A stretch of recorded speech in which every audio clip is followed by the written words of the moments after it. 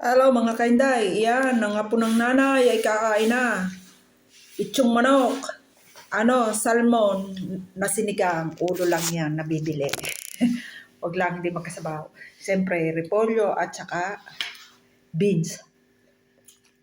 Tamang higop sa bawang inyong inday.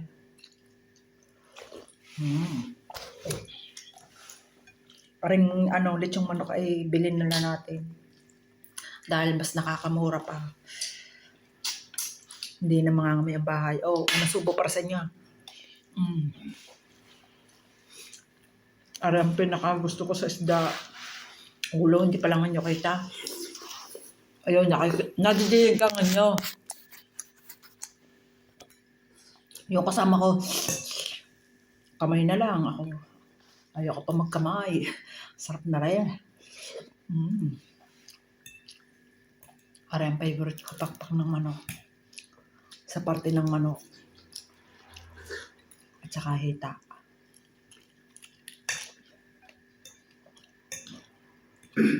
Aray, repolyo sa atin. Bersa din eh. Sarap.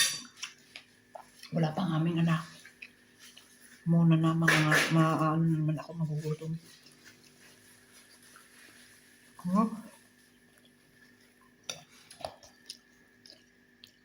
Ang daming ginahit ni Mister. Sili, aray. At pepino.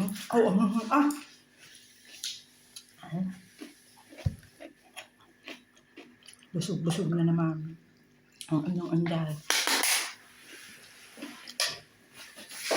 Parang sarap salmon, ulo. Ano ba yung kalampagan?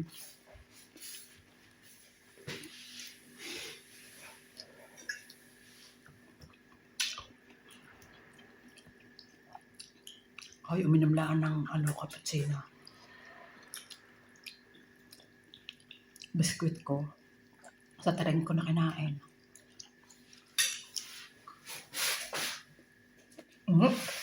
Dagbuto.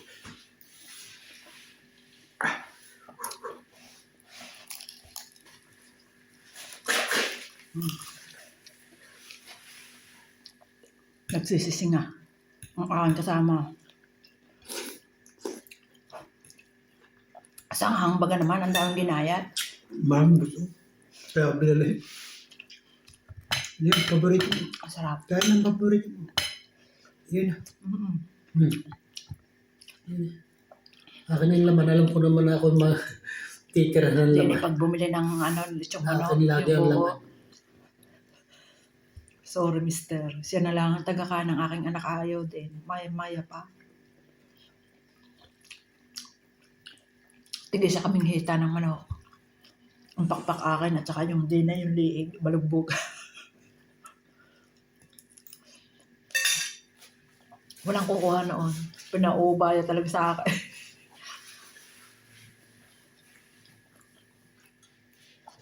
Sige na guys. Thank you for watching. Kakain muna ng ayos ang inday. Bye-bye. God bless.